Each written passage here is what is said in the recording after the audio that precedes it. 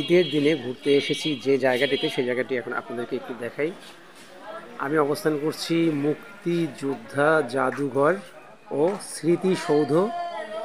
এটি হচ্ছে মুক্তিনগর সাঘাটা গাইবান্ধা। তো এটির বিস্তারিত আমি জানানোর চেষ্টা করব। চলুন আমার সঙ্গে থাকুন, তাহলে আপনারা জানতে পারবেন। আচ্ছা দেখুন, এই যে আপনাদেরকে একটু দেখাই। স্মৃতিময় ও ডিসেম্বর 1971। এরপর এখানে লেখা হয়েছে 4 ডিসেম্বর 1971 মুক্তিযুদ্ধের ইতিহাসে ঘটনাবহুল ও স্মৃতিময় একটি দিন, যেদিন সাগাটা ও ফুলছড়ির অধিকাংশ এলাকা হানাদার মুক্ত হয়।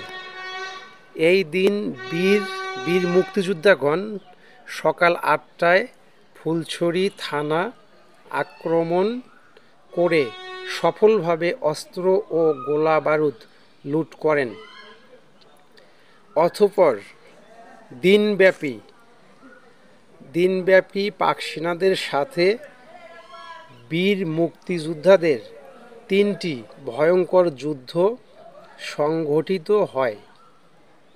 আচ্ছা, তৃতীয় যুদ্ধটি সাঘাটা ইউনিয়নের গোবিন্দি গ্রামের ওয়াপদা বাঁধের উপর সন্ধ্যা 7 ঘটিকায় সংঘটিত হয়। মুক্তিযুদ্ধকালীন কমান্ডার এনামুল হক, শামসুল আলম, মহসিন আলী, নাজিমউদ্দিন মণ্ডল, আব্দুল জলিল তোতা ও গৌতম চন্দ্র মোদক যুদ্ধ পরিচালনা করেন।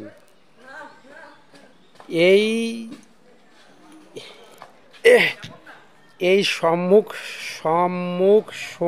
সমরে 27 জন পাক সেনা নিহত ও অর্ধশত আহত হয়।